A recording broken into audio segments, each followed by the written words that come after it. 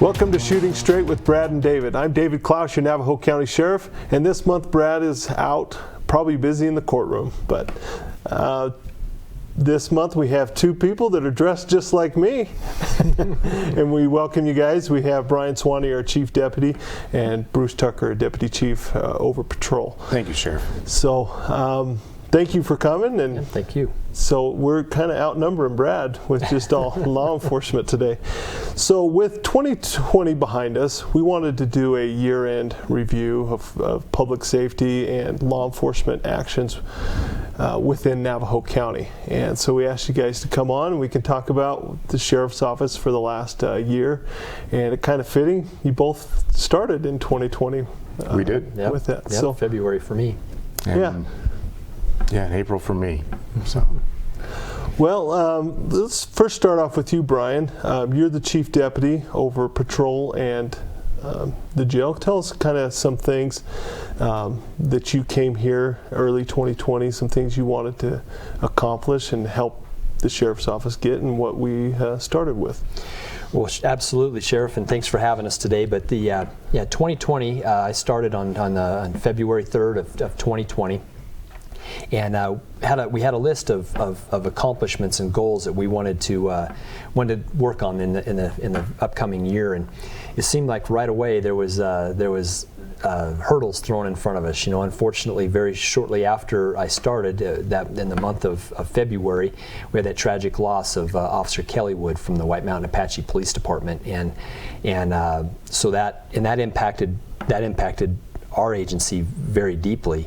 Officer Kelly Wood was a detention officer for us prior to becoming sworn and going to work for the White Mountain Apache Police Department.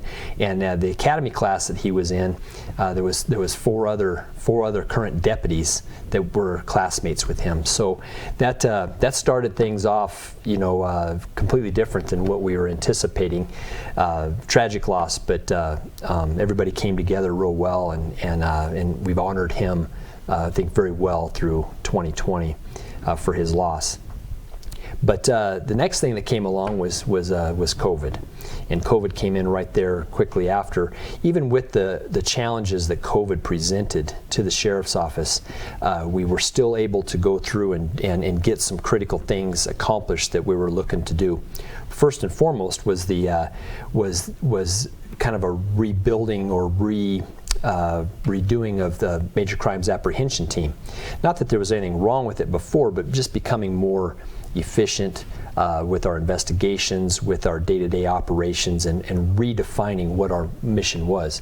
And that's where DC Tucker came into play. Was from the county attorney's office, Mr. Carline loaned him to us for a little while, and for those of you that don't know Bruce, he is extremely organized, and everything is all in line. And very kind. and Bruce went in there. I think he'll talk about that here in a little bit, but went in there and got some things lined out with that. The overall of that, we were able to mesh our criminal investigations unit, the general investigations squad, and the task force, because many of their suspects or bad guys are the same people. So we meshed them together and created that environment of open dialogue and communication, and there's already been numerous cases where that has paid off in dividends. Yeah, and we'll get more into the challenges we've had in 2020 with COVID, and you mentioned the first challenge we came across was an officer-involved shooting where we lost and it's impactful, and I would say in small counties such as Navajo County, when another agency loses an officer or a deputy, it impacts all of us so closely. And like you said, we had a memorial in July of this year, of 2020, where we honored him at the complex where he used to work in front of the detention facility. So Deputy Chief Tucker, we brought you on board this year, and you and we've worked together for many years. We have. And our backgrounds came together in criminal investigations, and we've talked a lot about criminal investigations and MCAT. Tell tell us what you worked on early on this year that you came over first as an interim commander and then you became full-time with us. Tell us a little bit about that and some of the positive changes you help us make here at the Sheriff's Office. Sure. First and foremost, I'm honored to be here. Thank you very much for the opportunity. And when I was asked by Mr. Carline and you, Sheriff, to come and help kind of look at the MCAT system and see what we could do to make it more efficient, more productive, and just examine our practices. Not, as you mentioned, the practices were solid, but there's always room for improvement. I think we always need to look at ourselves and see where we can do better. Yeah, reevaluate. Exactly. And so I was honored that you asked me to come in and help with that project. And part of that project was looking at our detectives. Where could they improve? Where could they get better skills? And so we looked at joining different memberships, professional organizations, including financial crimes, not only the drug task force, but we wanted to broaden the scope of the MCAT detectives, have them work more strongly, more consistently, more efficiently with all the detectives here on the mountain. So that's one of the strong goals that we had. That included, for instance, one of the first instances that we had that I think really showed the strong teamwork we developed was a very sad and unfortunate incident. We had a fatal hit and run that occurred outside of Snowflake. We responded initially along with Snowflake. It was actually their call for service, and sadly one of the Snowflake residents succumbed to the injuries that he sustained.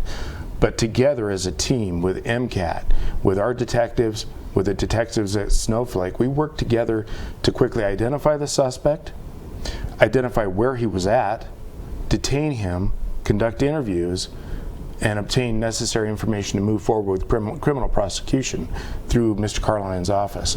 And I think we were able to successfully do that within 48 hours, which to me was tremendous. And it showed that effort of working together and how productive that can be by working together. Yeah, and I think that was our overall goal, was for successful investigations and prosecution, right? Mm-hmm. And I remember that was in late February. Yes, sir. We just had a deceased person on the side of the road with no leads, and was, like you said, within a day we had a lead, and within a day after that we had in custody with a confession or information to put him behind the wheel. Yeah. And I believe that case later in 2020 was finalized and convicted and was sentenced. Yeah, so it's an incredibly strong effort together to show how well we can work together, and with the county attorney's office come to a resolution. Yeah. Sadly, we can't do anything about the loss of the life, but at least we can give that family some closure. They don't have the process of still wondering today what happened, why it happened, etc. We know those answers, and we were able to get that relatively quickly. Yeah. So we've talked about MCAT, we talked about CI. Just for some of our viewers, we're kind of talking cop lingo. Just real quickly, what are some of the cases that you would assign MCAT or CI when we say CI, criminal investigations, versus your average patrol officer who's dressed like you and I today, driving a marked car? What are some of the different? So let me first go over the basic difference between MCAT, Major Crimes Apprehension Team, and the Criminal Investigations. The Major Crimes Apprehension Team is a multi-agency task force that is managed and operated by you, Sheriff, you, Chief, and myself. And through the cooperation of the local agencies that contribute an officer from their agency to work as part of our group. And then we have criminal investigations, which are strictly deputy sheriffs that have received specialized training and have moved into a specialized capacity as detective. So for Major Crimes Apprehension Team, their original focus and their true focus is on eradicating the illegal substances in our community that are just raging devastation on our citizens through overdoses from oxycodone, fentanyl, those types of substances. The criminal investigations detectives will focus more on personal crimes. Homicide, God forbid, are one of the strongest ones that we tend to have to work the most on, obviously. And then there are financial crimes where our elderly folks are, trusting. We're a very trusting community, but as a result, we have a lot of folks who get victimized. And then we have the unfortunate incidents of sex crimes. Those are all crimes that take a significant period of time, a lot of investigation, a lot of interviews, a lot of writing to present to the county attorney for prosecution. It's not particularly something that's best for patrol to handle. Plus, oftentimes, especially in sex crimes involving children, it takes very specialized training to do that. So, Brian, we'll get into a couple of the MCAT cases, but just a real quick question. Why did, this year or last year, 2020, we as a team focus so much on those two teams? What was our overall mission of doing a change or a rebuild? The biggest issue was to become more efficient, that's terrible, but more highly trained in order to address some of these crimes that Deputy Chief was talking about, the people crimes, where there's a true victim in something, whatever the crime may be, whether it's financial or sex crime or homicide or ag assault of that nature, is to become more focused, more organized, and more proactive in going after those types of cases. On the MCAT side, we all know how the drugs impact our communities. A lot of crimes stem from drug use, drug sales, and typically a lot of the other crimes that the criminal investigations detectives are investigating, they all go back to a single nexus of illicit activity, illegal activity involving drugs, whether it's a burglary, whether it's an assault, something like that. So combining those two units and getting them more interactive with one another has certainly been more efficient in providing that quality service to the victims and to the citizens of our county. Yeah, I think we're getting a better product in the end with our investigation for the prosecution to then take to court or to have facts to present against our suspects in those cases. So what are a couple of big cases you've seen MCAT work on this year that have been impactful? Well, MCAT, those guys daily, they impress me with the production that they're coming up with, and they're proactive and how much they care about our community. But we kind of broke MCAT up into a three-prong attack. We've got one of our county deputy employees is assigned to a federal task force based out of Flagstaff, and that unit focuses on the big drug trafficking organizations as they move drugs across our country. And they come right through Navajo County. So he's focused on the big organizations that lead into Mexico or lead into the big drug dealer. We've also got our canine unit is doing criminal interdiction, where they're making traffic stops either on the interstate or on the 2-lane roads in South County and trying to interdict the drugs that are destined for any one of our communities in Navajo County or passing through. And then the third prong is the actual task force detectives are working street level narcotics, drug sales in all of the communities here in Navajo County, partnering with all the other outside agencies, all the city patrol units, the city criminal investigations units, the state gang task force, the state narcotics detectives, the federal agencies that are all in Navajo County.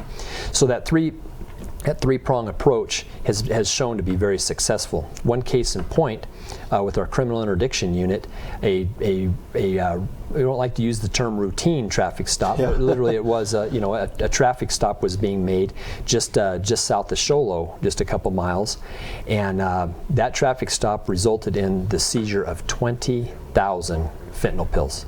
That is unheard of in this part of the state. We don't know if those pills were destined for Show Low. There was a lot of investigation that went into it afterwards, but a lot of times they're very tight-lipped. But that was a significant seizure of a very dangerous poison taken off of the street that could potentially have been destined for Navajo County. Yeah. That was a very good seizure, and there's many seizures like that all over the county by our criminal addiction unit. So you mentioned fentanyl, and I know we've had some discussion on this show and other programs that we've done throughout the county. Fentanyl is not new for 2020, but it's kind of new within the last couple years. And with that, I think we're seeing more overdose deaths in Navajo County. And I think I know we're seeing lower ages of those. Bruce, what are some things that we've done this year that we weren't, or last year in 2020, that we really weren't seeing in 2019, 2018 as far as how we're investigating these overdoses? Well, I think we've broadened our perspective looking at the overdose deaths, and that traffic stop that deputies conducted, regardless of where those pills were destined, that saved lives. So in our community, for example, we have looked at the overdoses that are occurring in our community.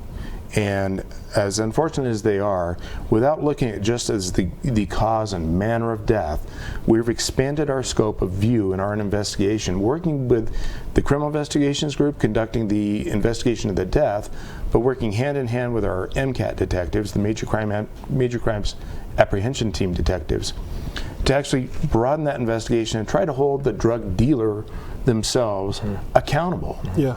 And have them subject to penalty for bringing those substances into our community, taking the lives of our citizens who, it's unfortunate there is addiction and there are resources available, but sometimes people don't look at those resources or don't use them for whatever reason and take the pill, not realizing they're playing Russian roulette by taking that pill. Absolutely. Yeah, and that's something I'm proud of with the work that both of you have led and facilitated through the Sheriff's Office, is our proactive approach.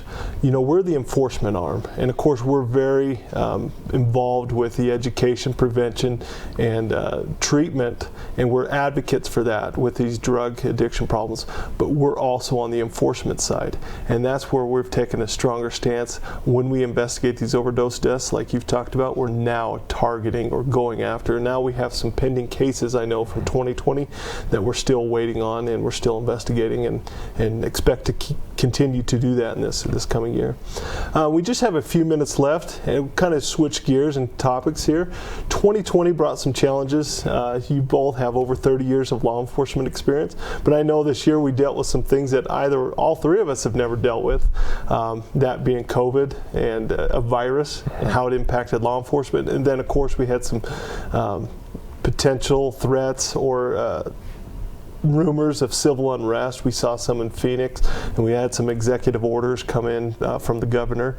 Let's talk a little bit about that and the impacts of COVID had. We'll start with COVID, how it impacted our operations, both on the jail side and patrol side. So that's a great topic, Sheriff, and I'll tell you, when the information first started coming out about COVID, and I remember calling around to some other our counterparts around the state, going, "Hey, what are you guys seeing, or what are you guys doing?" And we took a very proactive stance right away of just the personal hygiene, inside the jail, the cleanliness inside the jail. The jail is spick and span as it is, but the jail staff over there immediately started putting in segregation pods and breaking it up where new prisoners coming in were isolated for different timelines before they hit general population. And the fantastic work that our jail staff did, working hand in hand with Navajo County Public Health, we have really been successful. Yeah, we have. On keeping COVID out of the jail. Our staff members were probably the ones that were most impacted because they would go outside of the jail, and interface with their families or with the public. But as far as inmates go, we only had 4 inmates that tested positive for COVID, and none of those inmates were ever sick. They were all asymptomatic. So that is a true testament of how well our jail staff and public health was proactively attacking that issue. And even on the patrol side, we did not reduce any of our service requests. We didn't make any changes with that. We just followed the CDC rules. We followed the instructions that were given to us by the public health department to just hygiene and wearing the PPE and what have you. That was a big rock thrown at us, but I'm very proud of how we, as a command staff and as a county, we addressed that and moved forward that first wave. Coming in, start of 2021 here, we've still got some residual on that. It's still an issue, and we plan on using that very same practice through the coming year. Yeah, I remember the meeting. It was mid-March. We went down to the jail. We called the jail nursing staff, the jail commander, and we started making a plan of screening, because introducing new inmates into the population was one of our fears. And I think between all the staff, I'm really proud of the work that you guys all were able to accomplish there. Now we'll talk a little bit about executive orders. I know you had to give a lot of direction and with the guidance to our deputies. What are we going to do on executive orders? What were some of those changes or impacts that you saw? Had you ever seen executive orders come out like that when you were a young deputy? In all of my career, I've never experienced anything like this, and I don't think any of us really had. But I think that the crucial part was keeping informed, being prepared, and knowing together with legal counsel how we were going to respond. And fortunately, it all worked out very, very well. From liquor license concerns and gatherings, I think we have managed that very, very well together by staying informed and sharing that information with the deputies so they could respond appropriately. And one thing on top of that too is I think the campaign that the Sheriff's Office took, the Navajo County Public Health took in informing and educating our citizens. The citizens took it serious. They were responsible, and we didn't have to take any enforcement action. If there was we'd get a report of a violation, a lot of times we'd either send them a letter or we would send a deputy over and just communicate with the business owner or the citizen, and we always got compliance. So that was a concern, on what is our law enforcement mission in this case. And fortunately, we only had to exercise the education side of it and got compliance because our citizens are so great here in Navajo County. Yeah, I know I put out a letter in the summer, and we said we were going to take a common sense approach to this. There was curfews and different things like that. Obviously, just specifically talking about that one, that curfew was not meant just for the general public. That was meant for the civil unrest that they were having in Phoenix, and it had any impact in Navajo County. It was a tool that the governor gave law enforcement for those, and we took things what best fits the needs of our county. Yes. And we talk. We have a good relationship with our business owners and our citizens, and appreciate them working with us, and I just didn't have any hiccups. And then the communication is huge. When on the onset of this, we were communicating with all of the chiefs of police in Navajo County with via Zoom or in-person meetings or whatever it worked out, just sharing information, sharing trends, and I think that helped also, where law enforcement across the board was all on the same page. Yeah. So in closing, we just have a couple minutes left. What are we going to do in 2021? Well, we got through 2020. That's a great question. I know what we're going to do is we're going to continue to push forward with some of the objectives and the missions that of the Sheriff's Office, to continue with implementation of technology, implementation of more efficiency. As we go through the agency, we're looking at every angle of the agency to ensure efficiency, and that's a task that never stops. And when we come into 2022, we're going to have to go back and look at are we being efficient in this unit, in this unit. That's a constant change.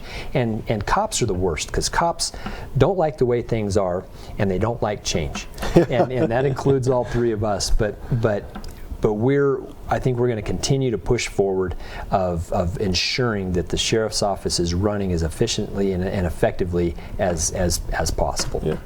Bruce, any big plans for 2021? Well, certainly I hope this pandemic eases and we are not going to be burdened by this challenge. The big plans I have are really just to continue, as the Chief mentioned, focusing on improving our efficiency, using technology, and obtaining the best possible training at the lowest price for our detectives and our staff. our patrol deputies, it's our best investment. It helps us in the future. It helps us improve our work product and our quality and our efficiency. Yeah, in 2020, you know, you talk a lot about technology. We made a lot of positive changes with that, utilizing for our deputies, our detention officers. We have better screening tools in the jail now. We have better equipment for the deputies in their vehicles. And I know 2021, we see Navajo counties growing, and we see our calls for service are continually growing. I know a big push for us, too, is to continue to grow with the needs that we're met with. We're seeing more and more visitors. We're seeing more and more full-times and more building permits. Navajo County Sheriff's Office has had an increase in deputies in a number of years. You know, and we're going to have the results of the 2020 census coming in too. So it's going to be real interesting to see how the population has grown since 2010, and we need to move along with that. Yeah. Well, I think that's all the time we have today, but I just want to close by thanking both of you for joining me today and for joining the Navajo County Sheriff's Office team in 2020. We've had a lot of great successes. We talked about some of the great cases and the implementation of the changes of our investigation strategy and methods, the utilization of technology where we become more efficient, where we're catching more criminals. We're having a better work product for the prosecution to work on, and we're reducing our response times. We're increasing our customer service and our accountability to the citizens and the trust that they've given to us. And you guys are instrumental in that, and I appreciate the work that you do. And although we had these challenges with these COVID and these executive orders, we still accomplished a lot, and it was to the credit of both of you and joining this team and getting that done and implemented. Don't cut yourself short on that, Sheriff. Exactly. You're the one leading the ship, and you're the one with the vision, and it's our job to put that into play. Yeah. So thank you. We appreciate it. It's an honor. Yeah, and so 2021 is going to be more of the same, and we're just going to keep building on that. So thank you both. So Thank you. With that, stay tuned for this month's Most Wanted. Charles Michael Lee Brito has a valid and confirmed felony warrant for failure to appear on the original charge of possession and dangerous drugs. Charles's last known address was Winslow, Arizona. If you have any information on the whereabouts of Charles, please call Navajo County Communications Center at 928-524-4050, or to remain anonymous, please call WeTip at 1-800-78-CRIME.